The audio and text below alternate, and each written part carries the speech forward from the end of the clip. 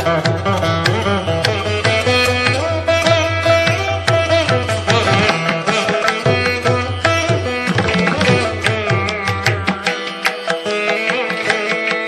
देवी सर्वभूतेषु शक्तिरूपेण संस्थिता नमस्तस्ये नमस्तस्ये नमस्तस्ये नमो नमः। शारदीय नवरात्री महोत्सवानिमित्त आपला महाराष्ट्राकडून आपणा सर्वांस मनपूर्वक शुभेच्छा। या नवरात्र महोत्सवानिमित्त समाजामध्ये विविध क्षेत्रात काम करणाऱ्या नवदुर्गांचा सन्मान सोहळा आम्ही आयोजित केला आहे।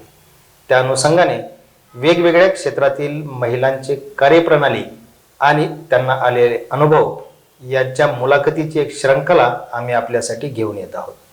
आज आपला महाराष्ट्राच्या स्टुडिओमध्ये प्रख्यात पत्रकार आणि समुपदेशक म्हणून सर्व परिचित असलेल्या मीनाक्षीताई जगदाळे या आलेल्या आहेत।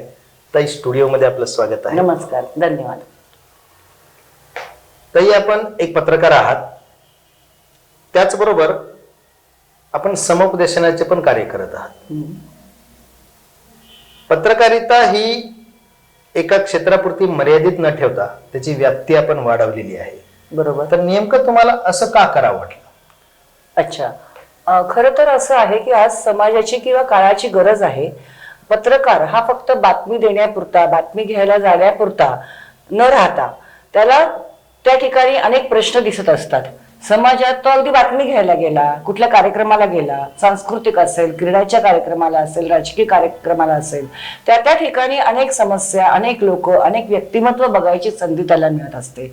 हे सर्व बघत असताना निव्वळ त्याची बातमी बनवून ती पेपरला दिली आणि त्याचं काम संपलं असं न होता त्या व्यक्तिमत्वाचे काही गुणधर्म आहेत, काही विशेष त्यांचे स्वभाव आहेत, कशामुळे त्यांना काही तणाव आहे, कशामुळे प्रॉब्लेम आहेत। दंगल झाली तर दंगलीची बातमी कव्हर करून तो आणतोय, कुठे ऍक्सिडेंट झाला ती बातमी तो कव्हर करून आणतोय, पण मग ऍक्सिडेंट का झाला, कशामुळे ऍक्सिडेंट होतोय याच्या खोलात तो जातो का, त्याची मानसिकता काय होती। अच्छा, मग तो दारू पिलेला होता का गाडी चालवणारा? मग तरी दारू का पिली होती, त्याला दारू का प्यावीशी वाटत होती, मग मनुष्य दारू का पितोय, मग तो कोणत्या तणावातून जातोय, ह्याच्या खोलात जेव्हा तुम्ही जाल तेव्हा तुम्हाला अधिकाधिक प्रश्नांची उत्तरं मिळत जातात। समजा दंगल झाली, अच्छा मग दंगल घडवण्यामागचे हेतू काय असतात? लोकांना का असं वाटतं की दंगल करावी, हिंसाचार करावा, एखाद्या बसला आग लावून द्यावी, एखादं दुकान फोडावं, लोकांना मारावं, दगडांनी मारावं, एकमेकांवर धावून जावं? हे सगळं लोकांच्या मानसिकतेवर आधारित घटना घडत असतात। सगळ्याचं मूलभूत कारण असतं आपला स्वभाव, आपलं मानसिक शास्त्र, आपलं मानसशास्त्र। आणि हे आपण पत्रकार म्हणून जर जाणून घेतलं तर आपल्याला समाजातले अनेक प्रॉब्लेम सॉल्व्ह करणं किंवा सोडवणं सोपं जाईल, कारण आपण समाजाच्या खूप जवळ असतो आणि इव्हन या सगळ्या गोष्टींशी डील करणाऱ्या लोकांच्या पण आपण जवळ असतो। जसं की पोलीस प्रशासनाशी पण आपला संबंध येतो, सामाजिक कार्यकर्त्यांशी पण आपला संबंध येतो, काही डॉक्टर असतील त्यांच्याशी आपला संबंध येतो, वकिलांशी पण आपला संबंध येतो। तर मग आपण समाज आणि ह्या सगळ्या गोष्टींमधला एक चांगला दुवा होऊ शकतो पत्रकार म्हणून। मग त्याचंच रूपांतर जर आपण काउन्सिलिंग मध्ये केलं, थोडंसं आपण अजून मानसिक दृष्ट्या, भावनिक दृष्ट्या सगळ्या बाजूनी जर एखाद्या व्यक्तीचा, एखाद्या घटनेचा अभ्यास केला तर आपल्याला त्या घटनेवर काम करणं सोपं जातं। परत तशी घटना किंवा परत तशी काही गोष्ट घडणार नाही, चुकीची असेल तर त्याला अटकाव करणं, प्रतिबंध करणं सोपं जातं। त्यामुळे मला असं वाटलं की थोडंसं पत्रकारिता व्यापक स्वरूपाची करून आपण या क्षेत्रात उतरणं पण फायदेशीर राहील। तुमची जी पत्रकारिता आहे प्रवाहापेक्षा थोडीशी वेगळी आहे। बरोबर बरोबर। ज्यावेळेस तुम्ही प्रवाहासोबत चालता चालता प्रवाहातून थोडस जेव्हा बाजूला होता त्यावेळेस ट्रोलिंग करणे किंवा ही आता पत्रकारिता क्षेत्रामध्ये नाहीये किंवा विरोधाभास निर्माण होण्याची शक्यता असते। तर जेव्हा असं झालं असेल तेव्हा तुम्ही स्वतःला कसं त्याच्यामध्ये मॅनेज केलं? ओके, तसं म्हणावं तसा विरोध मला डायरेक्ट असा कोणी केलेला नाही किंवा झाला पण नाही, कारण अनेक चांगल्या वर्तमानपत्रांनी आपले लेख ते छापतात। ठीक आहे, बातमी स्वरूपात नाही तर लेख स्वरूपात आपलं लिखाण सुरू आहे। अनेक चॅनल्स असतील, लोकल चॅनल असतील किंवा काही चॅनल्स असतील, जसं आता आपल्याकडे आपण इंटरव्ह्यू घेतला किंवा युट्यूबला व्हिडिओज असतील, तर त्या मनाने आपल्याला जो प्लॅटफॉर्म आहे, जे आपलं नॉलेज आहे, त्या नॉलेजचाच आपण वापर काउन्सिलिंग मध्ये पण करतो आहे, अनुभवाचा वापर आपण करतो आहे. त्याच्यामुळे मला असं कुठे डायरेक्ट विरोध तसा काही जाणवला नाहीये त्याच्यामध्ये. उलट मला फायदा होतोय, सपोर्ट मिळतोय, कारण अनेक पत्रकार मित्र, आपले आपले पत्रकार सहकारी किंवा त्या क्षेत्रात काम करणारे सिनियर लोक किंवा मार्गदर्शक, हे मला वेगवेगळे विषय, कारण त्यांनी जास्त जवळून अनुभवलेले विषय असतील, केसेस असतील, मग अगदी पोलीस प्रशासनातले काही केसेस असतील, तर ते मला सुचवतात की तुम्ही या विषयावर बोललात तर मॅडम ही आज काळाची गरज आहे, इथे इथे परवा अशी केस घडली होती, किंवा काल तुम्ही पेपरला बातमी वाचली का, नाशिकमध्ये असं घडलं, याच्यावर तुम्ही बोलाल का. म्हणजे हे सगळं काम उलट जितके लोक आपल्याला सपोर्ट करतील, इनपुट देतील, तितकं आपण चांगलं डिलिव्हर करू शकतो आणि एकत्र येऊन समाजासाठी हे काम करू शकतो. त्यामुळे मला नाही वाटत की आपण कोणी एकमेकांना याच्यामध्ये विरोध करणं अपेक्षित आहे, तर आपण सहकार्याने हे काम करूयात असं मला वाटतं. ज्यावेळेस तुम्ही एखादा विषय निवडतात, समुपदेशनाचा, विद्यार्थी समुपदेशन आहे, कौटुंबिक समुपदेशन आहे, या सगळ्या गोष्टीमध्ये जी एनर्जी लागते, कारण विद्यार्थी वेगळं क्षेत्र आहे, कौटुंबिक वेगळं क्षेत्र आहे, एखाद्या मजुराचा प्रश्न असेल तर वेगळं क्षेत्र आहे, इव्हन एखाद्या पत्रकाराची अडचण आहे तर ते वेगळं क्षेत्र आहे. या सर्व मल्टिपल वे मध्ये काम करत असताना जी एनर्जी लागते, ती एनर्जी तुमच्यात कुठून येते?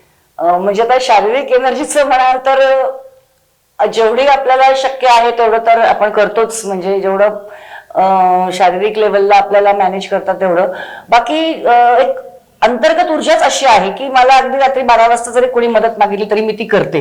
मला रात्री म्हणजे कोरोनाच्या काळामध्ये मी खूपदा अनुभव घेतलाय, किंवा आता अगदी काही केसेसमध्ये लोकांना, महिलांना त्या कधी कधी इतके आगतिक झाले असतात की माझा नवरा मला खूप मारतोय ताई आणि काहीतरी करा, कारण त्यांना पोलीस स्टेशनचा नंबर किंवा हेल्पलाईन नंबर पण माहित नसतो, तर ते अक्षरशः मला कॉल करतात, ताई काहीतरी करा, मी काय करू, माझ्या नवऱ्याने मला घराबाहेर काढलंय किंवा माझा नवरा मला मारतोय. अशा सुद्धा बायका, स्त्रिया आपल्या समाजामध्ये आजही आहेत.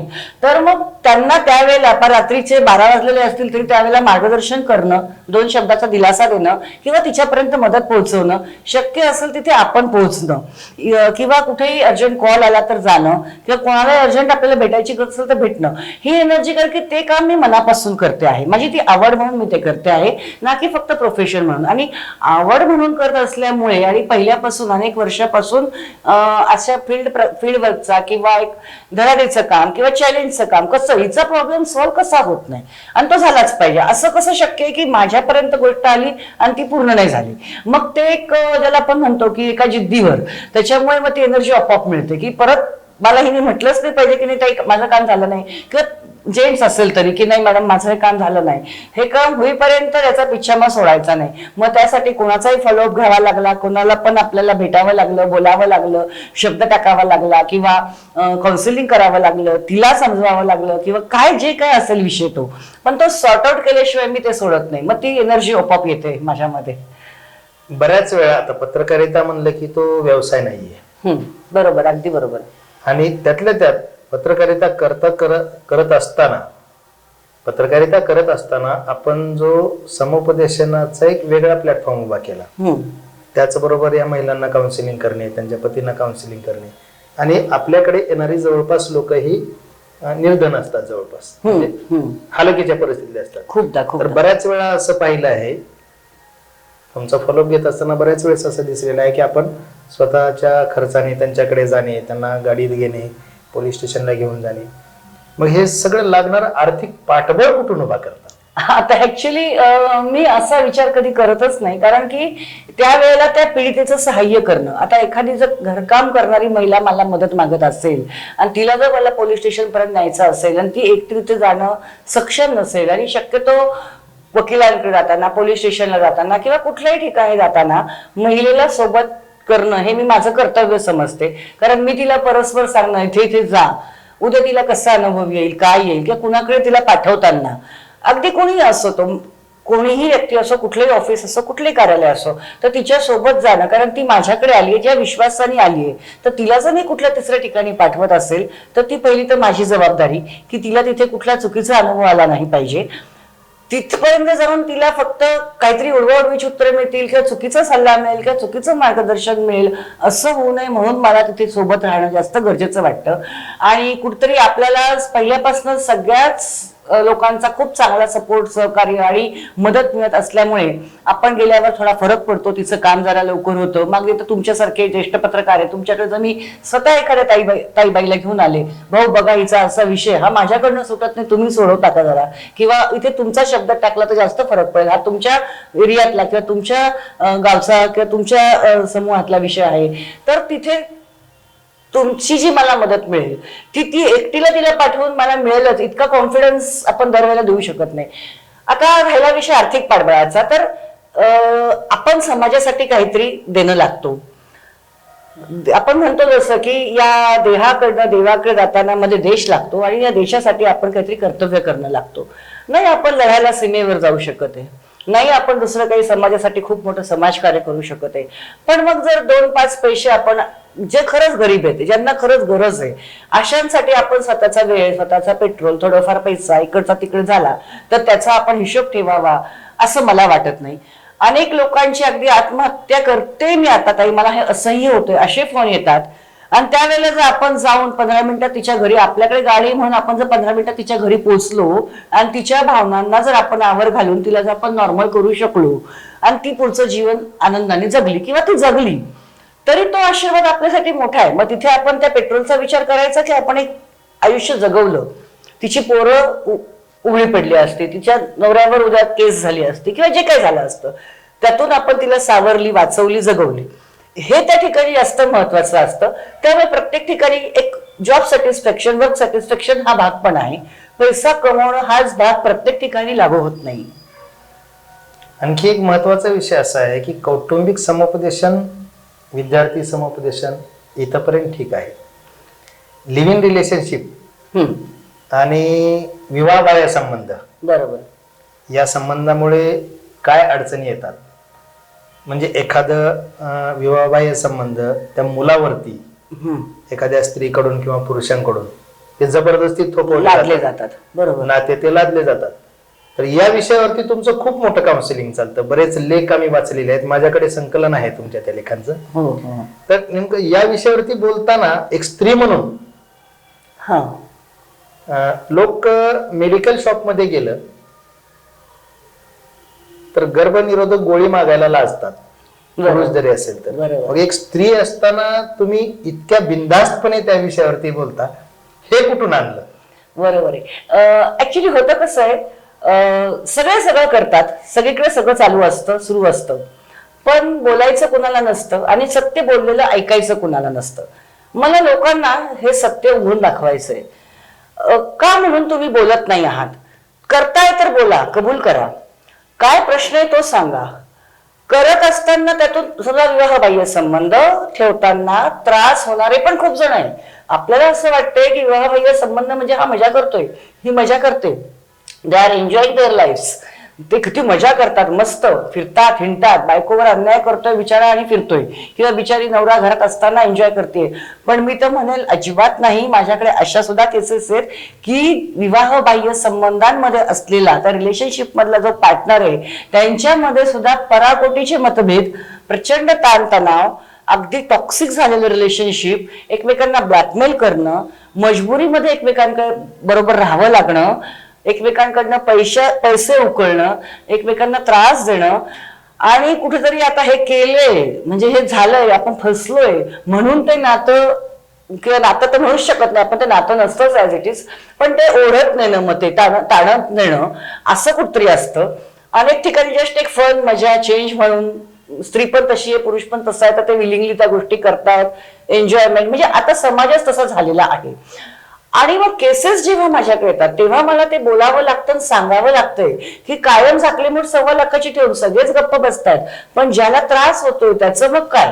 आता त्याच्यानं कसं होतं, एक जण माझ्याकडे येईल, 2 जण माझ्याकडे येतील, 3 जण माझ्याकडे येतील, प्रत्येक जण माझ्यापर्यंत पोहोचू शकत नाही.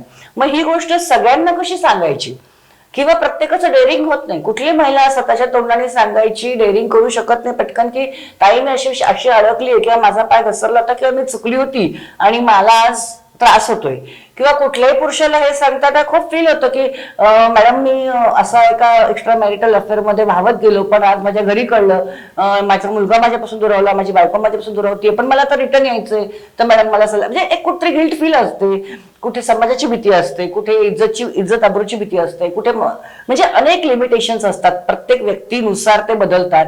अनेक मोठ्या मोठ्या घरातले लोक असतात, मोठ्या फॅमिलीचे लोक असतात.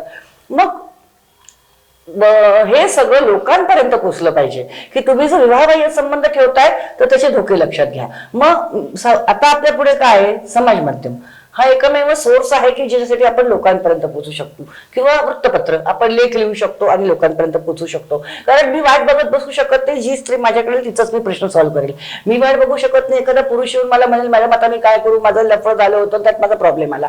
म्हणून मी हा विचार केला की नाही, हे असं होतंय ना, माझ्यापर्यंत एक स्त्री पोहोचते तर नक्कीच 100 स्त्रिया अशा असतील जे माझं बोलणं ऐकून सावध तरी होतील. नक्कीच 10 स्त्रिया अशा असतील ज्या फसलेल्या असतील तर त्यांना कळेल ओके असं तरी करावं, आता तरी कुठतरी मी थांबावं, बघा हिच्या बाबतीत असं झालं, असं माझ्या बाबतीत होऊ नये. त्यांना कुठेतरी रेड फ्लॅग ओळखता येईल, कुठेतरी त्यांना रेड सिग्नल दिसेल त्यांचा की अरे नाही मी पण हिच्या ट्रॅकवर चालली आहे बरं का, ही केस मॅडम सांगतायत हे माझ्या बाबतीत होऊ शकतं.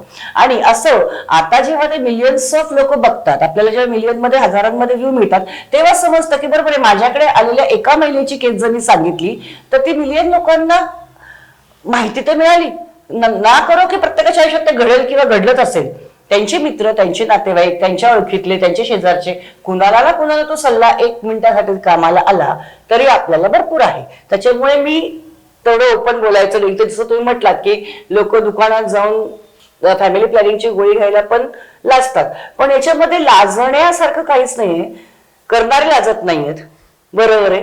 तर आपण बोलून त्याचे धोके पटवून देतोय, आपण त्यांना त्रास कसा होईल हे सांगतोय. ट्रोल मी प्रचंड होते सर, तुम्हाला सांगते, ट्रोलिंग मला प्रचंड ट्रोलिंगला सामोरं जावं लागतं, कारण की त्यातून ऐकणाऱ्यांची, बघणाऱ्यांची, वाचणाऱ्यांची बौद्धिक कुवत आपल्याला कळते, त्यातून मी म्हणेल त्यांची लायकी आपल्याला दिसते. पण म्हणून आपण आपलं काम थांबवून चालणार नाहीये, आपण चांगलं काम करतोय, आपण प्रत्येक व्हिडिओत चांगलं सांगतोय. आपण जर शेवटपर्यंत व्हिडिओ पाहिला तर आपण त्यात हेच सांगितले की असं करू नका आणि असं करण्याने काय चुकीचं होईल. आणि आपण कुठली गोष्ट त्यात मन घडण किंवा एक स्टोरी किंवा असं काही स्क्रिप्ट लिहून सांगत नाहीये. प्रत्येक घटना घडलेली, प्रत्येक गोष्ट माझ्या समोर आलेली अशी आहे तीच आपण त्याच्यामध्ये सांगितली आहे. फक्त नाव गावाचा आपण उल्लेख करू शकत नाही, कारण आपल्याकडे आलेल्या व्यक्तीचं सगळं कॉन्फिडेन्शियल ठेवणं हे आपल्यासाठी बंधनकारक आहे. समोरच्याचा आपल्यावर विश्वास आहे म्हणून त्याने आपल्यावर इतका विश्वास आहे, त्यामुळे त्यातून कोणतीही हिंट की ही व्यक्ती कोण असू शकते किंवा कोण असेल ही न मिळण्याची काळजी घेण्यासाठी मला ते व्हिडिओला त्या रूपाने हे करून मी ते सांगायचं डेअरिंग करते. तर मला याचं काम करायचं, त्याच्यामुळे मला डेअरिंग आहे. आणि अजून मी तर म्हणेन माझ्याकडे अजून खूप असे विषय जे मला बोलायचे आहेत, तर मला अजून डेअरिंग येण्याचीच मी तर उलट नवदुर्गांना प्रार्थना करेन आणि माझ्याकडून असे काम होत राहील तर खूप अजून चांगलं वाटेल मला. खूप सुंदर माहिती ताई आपण दिलीत. आमची आपणास विनंती आहे की आपला महाराष्ट्राच्या माध्यमातून प्रबोधन करण्यासाठी, समुपदेशन करण्यासाठी आपण आठवड्यातून 1 दिवस ओके आमच्या प्रेक्षकांकरता द्यावा. आज आपला अनमोल वेळ आपण दिला, प्रेक्षकांना आपण सुंदर असं मार्गदर्शन दिलं, स्टुडिओला आलात त्याबद्दल आपले खूप खूप धन्यवाद. खूप खूप धन्यवाद सर, आभारी आहे.